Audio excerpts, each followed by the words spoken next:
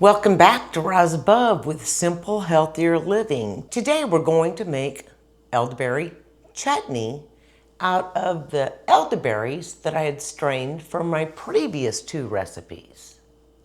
I need 1 cup of elderberries, but if you do not have fresh elderberries that you've grown yourself, I'm going to put a plug in for Terry over at riverhillsharvest.com. When I first got interested in elderberries, I purchased this bag and it was almost $60. And this will only make me about 8 cups worth. That's when he convinced me to start growing my own elderberries. Last year I harvested 21 cups. So last year, by not having to buy more elderberries, I saved myself about $160. So if you're not going to grow your own elderberries, check out Terry over at riverhillsharvest.com. So for this recipe, we just need 1 cup of elderberries that I had saved from my previous recipes. Yes, I will post this throughout the video, just like I did the last 2 videos. 1 cup elderberry, a ½ cup of apple cider vinegar, which I talked about how I like to make my own apple cider vinegar in the elderberry shrub video.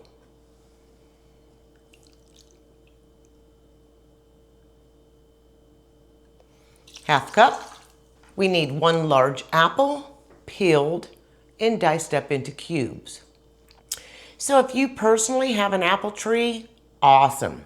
I have a few friends that have apple trees, but every year doesn't necessarily produce. But let's talk about apples or produce. Have you ever wondered what the numbers are on your produce when you buy them at the store? Well, let me show you what this label looks like, and then we'll talk about it. 94135. So what does that mean?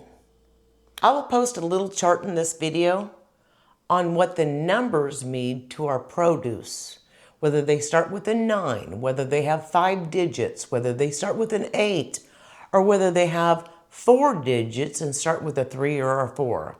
It might surprise you. 1 apple, peeled and cubed. Next, we need a ½ cup of diced onions. I went and grabbed an onion out of my garden. I'll get it diced and cubed, but let's talk about onions a little bit. Let me post the differences in all the different onions and what I use those for. Because in my next batch, I'm going to use red onions. Okay, that's about a ½ cup. Next, I need 2 teaspoons of curry powder.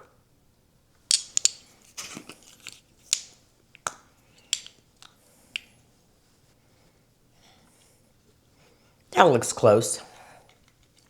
Now I need 1 tablespoon of freshly grated ginger root. If I did not have ginger root in my freezer, then I could use 1 teaspoon of ginger powder. And then the last ingredient before I start simmering this is a good sea salt. Everybody knows I use Redmond salt.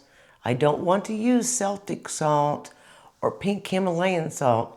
If you go watch how they harvest Celtic salt and pink Himalayan salt with all the pollution that's in the ocean, and all the garbage that's on the shores, you'll probably switch to Redmond salt, which comes from an ancient seabed underground in Utah.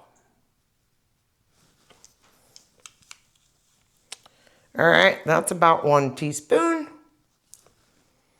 Okay, I'm gonna stir it up a little bit and then get it on the cook stove. Let me show you kind of what it looks like right now. Doesn't that look delicious? Now remember on my first 2 videos, one being the elderberry health cordial, I made 2 cups, and I saved them. Then my second video, I made elderberry shrub, which I call vinegar, and I saved those elderberries as well. So I've already pre-made up the same ingredients so that I could add this into this pot and make a triple batch. With one exception. I'm going to leave out the onions because I'm using red onions this time. I'm going to add them at the very end. So for this recipe, all you need to do is simmer it down to the consistency that you like, and then it's finished. Let me add these.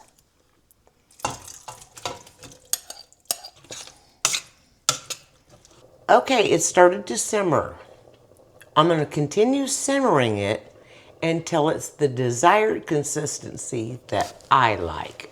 And right before it's finished, I'm going to add my red onions, which I do not like for them to be overcooked. So this is about the consistency that I like it.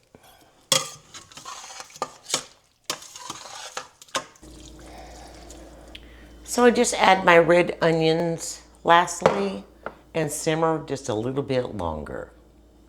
So I normally let this cool down a little bit before I put it into jars and put it into the refrigerator, but I have to hurry because my little sister is on her way to come pick up one of the jars of this. Let me get it jarred up, but I'm gonna leave the lids off for a little while.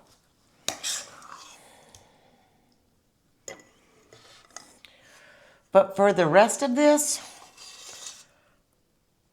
I wish I had a block of good quality cream cheese. While it's warm, it's awesome to put across a block of cream cheese. Make a little plate of cream cheese and chutney for people to dip into. This is awesome. Okay, while I let these cool down and wait for my sister to come and pick up her jar, I'll make certain that all of this is added to the elderberry playlist. Rise above with simple, healthier living. See you on the next one.